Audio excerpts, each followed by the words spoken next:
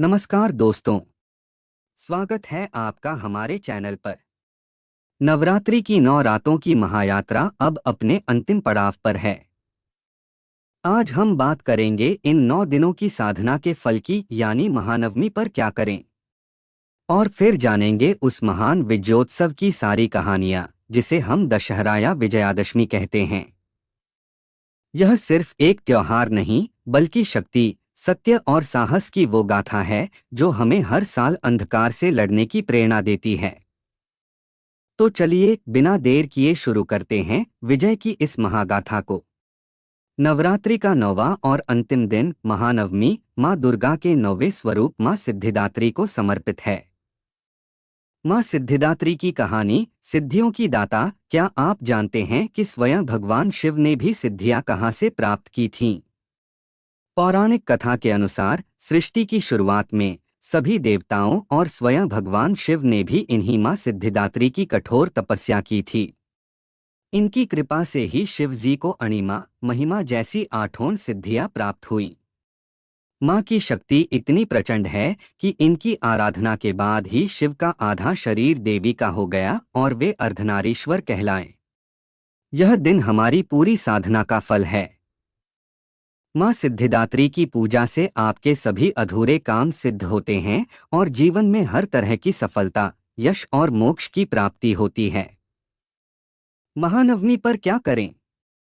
महानवमी पर मुख्य रूप से 3 काम किए जाते हैं। माँ की पूजा, माँ को हलवा, पूरी, चना, खीर और नारियल का भोग लगाकर उनका ध्यान किया जाता है।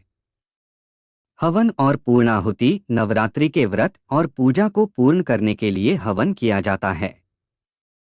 हवन के बाद पूर्णाहुति दी जाती है जो हमें संकल्प पूरा करने का संदेश देती है। कन्या पूजन, इस दिन 9 कन्याओं को देवी का स्वरूप मानकर उनका स्वागत किया जाता है।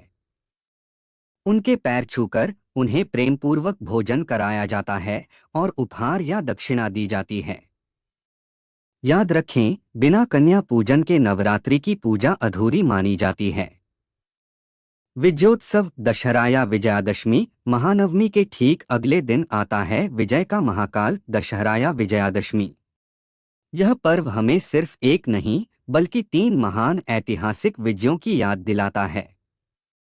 पहली कथा, राम रावण युद्ध और सत्य की जीत। सबसे प्रचलित कथा रामायण की है।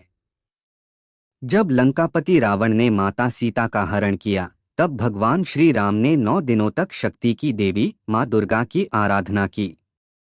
माँ के आशीर्वाद से शक्ति पाकर दशमी तिथि को भगवान राम ने अहंकार के प्रतीक रावण का वध किया। इसीलिए हर साल इस दिन रावण, कुंभकर्ण और मेघनाद के पुतले जलाए जाते हैं। यह दहन सिर्फ पुतलों का नहीं बल्कि हमारे भीतर के अहंकार, अन्याय और बुराई का भी दहन है। दूसरी कथा, महिषासुर मर्दिनी और शक्ति का अवतार। विजयादशमी का नाम माँ दुर्गा से जुड़ा है। एक बार महिषासुर नामक राक्षस ने अपने वरदान के दम पर तीनों लोकों में आतंक मचा दिया था। तब सभी देवताओं ने अपनी अपनी शक्ति का एक अंश निकालकर माँ दुर्गा को प्रकट किया। माँ दुर्गा ने 9 दिनों तक उस राक्षस से भीषण युद्ध किया और 10वें दिन यानी दशमी तिथि को उसका वध कर दिया। यह विजय दर्शाती है कि जब अधर्म बढ़ जाता है तो शक्ति किसी भी रूप में प्रकट होकर धर्म की रक्षा करती है।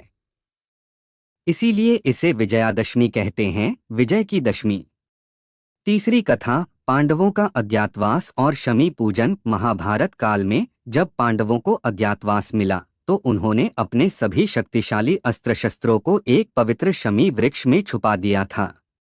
जब उनका अज्ञातवास पूरा हुआ तो उन्होंने दशमी के दिन उन शस्त्रों को शमी वृक्ष से निकाला, उनकी पूजा की और फिर कौरवों पर आक्रमण कर विजय प्राप्त की। यही कारण है कि दशहरे पर शमी वृक्ष की पूजा और शस्त्र पूजन, आयुध पूजा की जाती है। यह हमें याद दिलाता है कि सफलता के लिए शक्ति और ज्ञान दोनों आवश्यक हैं। तो दोस्तों, महानवमी माँ सिद्धिदात्री से सिद्धियां लेकर विजयादशमी हमें जीवन के हर क्षेत्र में विजय प्राप्त करने का संकल्प देती है। ये पर्व हमें सिखाते हैं कि सच्चाई और धर्म की राह पर चलने वाले को हमेशा जीत मिलती है। आपको ये कहानियाँ कैसी लगीं? नीचे कमेंट बॉक्स में हमें ज़रूर बताएं कि आप दशहरे पर किसका दहन करेंगे, अहंकार का या क्रोध का। अगर आपको यह जानकारी अच्छी लगी हो तो इस वीडियो को लाइक करें, अपने दोस्तों और परिवार के साथ शेयर करें और ऐसे ही ज्ञानवर्धक वीडियो के लिए हमारे चैनल को सब्सक्राइब करना न भूलें। जय माता दी। जय श्री राम।